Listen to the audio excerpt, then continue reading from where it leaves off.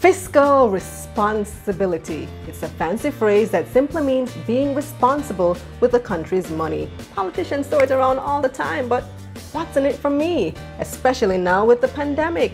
I'm Kalilah Reynolds. I'm going to find out from Trevor Anderson at the Ministry of Finance. He's the Principal Director of the Fiscal Policy Management Branch.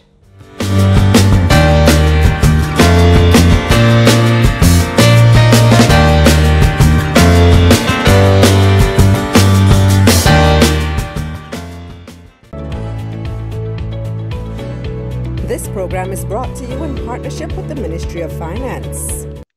Hi, Trevor. It's great to have you on. Thank you, Kalilah. It's my pleasure. I'm glad to have you as my first guest for What's in It for Me in quite a few months. It's been a minute since we've been on. So tell me about what are the plans to recover during and post-COVID? All right. One of the central aim of the government at this point is to balance lives versus livelihood. And what that means is we're going through a different phase of the pandemic, and appropriate measures would need to be deployed to help to stem the wave or the significant increase in the spread of the virus. At the same time, the government recognizes that we have to keep the economy open. We have to keep economic activity taking place. One of the sectors which would have been impacted severely coming out of this pandemic emergence is, of course, our tourism sector. And it literally just fell apart within a matter of a few days. Hotel occupancy fell from 75% to 0 in March. One of the things which is critical as we manage the COVID crisis is to maintain macroeconomic stability. And so what that means is even with reduced resources, reduced revenues, the government has still found it possible to offer assistance to those who are really in need. Hence, the launch of the care package, which was to cover the period April to June initially. That care package has now been extended all the way up to, I think, the end of September. One of the benefits, Kalilah, of our fiscal responsibility framework or fiscal responsibility legislation, it has put us in a very strong position to tackle this crisis head on. Prior to 2010, we were running fiscal deficits year after year. With fiscal responsibility, we were able to generate quote unquote savings.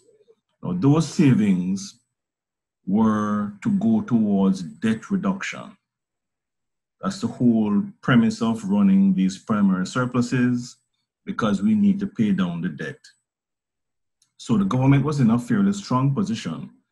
We had about $124 billion at the start of the new financial year.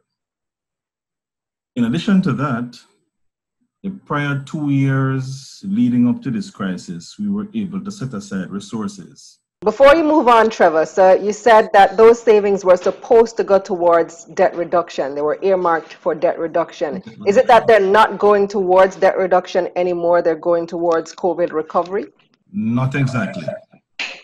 What I mentioned in terms of the resources available for debt reduction, it put the country in a fairly strong position to aid the government in financing its care assistance. But remember, between the end of the past fiscal year and in the new fiscal year in April, we recognized that we would need to recalibrate our expenditure profile, hence the first supplementary budget. What was very helpful, Kalilah, was the resources that had been put aside in the government's contingency fund to deal with I think you're familiar with the natural disaster financing policy. So we had that buffer of about 4.5 billion, which was very, very helpful in terms of allowing the government to start the process of providing assistance to those displaced workers very early in the game prior to a formal first supplementary budget. I see. I see. So that's where we were able to reallocate some funds to start Yes. offering care packages and start with the fiscal recovery. So what are some of the other measures you're about to come to? Um, we have to encourage the build out of a digital economy. We have to. One of the things which COVID has taught us is technology is extremely important, and it's Absolutely. very useful in terms of the delivery of goods and services. So one of the lessons coming out of this crisis is that we need to go digital, and large, medium, maybe even small companies over time will need to move away from the formal customer walk-in method of delivering goods and services towards providing these services over the internet. So what's being Um, done from a government standpoint to get us there? we need to work along with private sector and together to boost public sector efficiency and private sector competitiveness. It can't be a government stance alone. So it's going to have to be a joint effort. It's going to have to be a joint effort, Kalilah.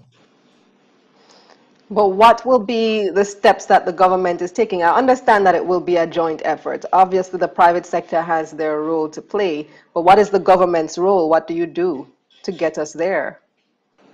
The government would, of course, be deploying its own resources in terms of building out the digital capacity within government. One of the things which is also critical is the build out of capacity for, say, the education sector. Schools, Yes, we need to be able to they need deliver it. They need online it education. And so to all students. to all. So expanding the broadband capacity in our education system is something which, outside of the delivery of tablets to those who are in need of these instruments to be able to learn. You know, a few months ago, Trevor, we would have heard where Jamaica qualified for assistance from the IMF, 520 million US. So a lot of people would have heard that and said, okay, we have some funds from the IMF. What is the government doing with it? All right, those resources are really like an emergency fund for the external accounts. The rapid financing instrument, it is a facility which the Bank of Jamaica has at its disposal, such that if there were to be a precipitous fall in the net international reserves, these are resources. And those rapid financing instruments were put in place just in case we would have had a serious fall off in remittances. There would have been, of course, a fall off in tourism receipts, but the receipts from remittances have stood up fairly well, and the bank has not had to resort to the use of those resources. Right, right. So they've been there as a sort of buffer for the The country. buffer, yes. Talk to me now, Trevor. I know we have a 2 to 4 year economic recovery plan. I've been seeing the forecast from the PIOJ saying that it is not likely that we'll really start recovering well until at least about 2 years.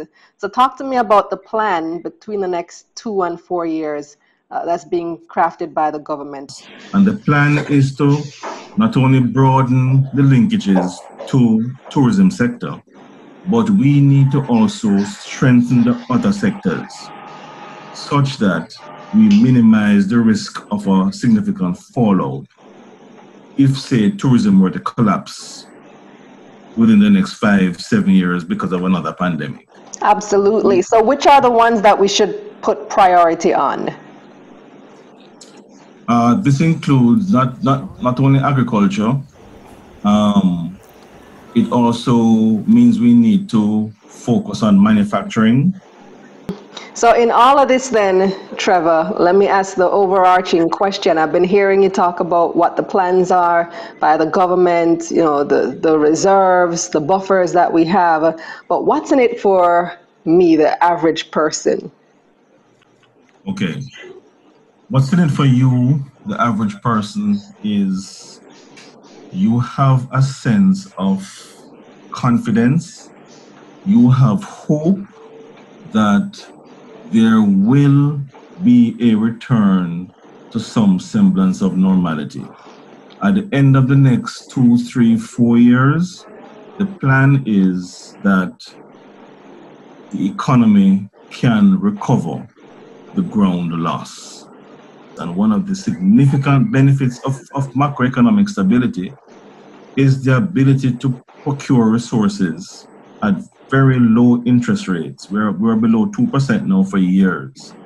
Procuring financing for projects at reasonable rates. That's one of the big pluses. And we have to maintain that. Thank you so much, Trevor. I like that note of hope that we end on. And that's What's in It for Me, brought to you by the Ministry of Finance. I'm Kalilah Reynolds. Until next time.